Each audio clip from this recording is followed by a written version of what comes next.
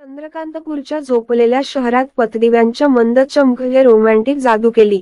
राज रस्त्याच्या कडेला उभा होता. त्याचे हृदय अपेक्षेने धडधडत होते. रात्रीची हवा गुलमोहरच्या फुलांच्या मधुर सुगंधाने भरून गेली होती.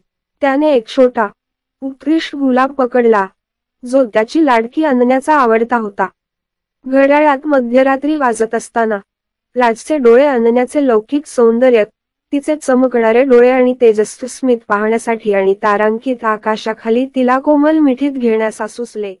राजने रात्री उत्कटतेने पाहिल्यावर सावलीतून एक आश्चर्यकारक अनोळखी व्यक्ती बाहेर आली. बदलून तो अनन्याबद्दल सर्व विसरून गेला. पण त्याला थोडेसे माहीत नव्हते की हे रहस्यमय सौंदर्य एक द्वेषपूर्ण आत्मा आहे, प्रेमग्रस्त मूर्खांना मेजवानी देत आहे. प्रवेश करून राज तिच्याजवळ आला आणि तिने तिचे खरे रूप प्रकट केले. चमकणारे लाल डोळे, दुष्ट हसू आणि वस्त्रा, तीक्ष्ण फॅंग. तुम्ही एक परिपूर्ण नाश्ता कराल. तिने गळा काढला. राजने पळून जाण्याचा प्रयत्न केला, पण त्याचे पाय गोठले. भुताटकीने त्याला गिळंकृत केले आणि ती गायब होताच ती म्हणाली, प्रेमाने मारलेल्या हारण्यासारखी चव. रस्त्यावरचे दिवे चमकले आणि राज कुठे गेला असा विचार करत अनन्या आली.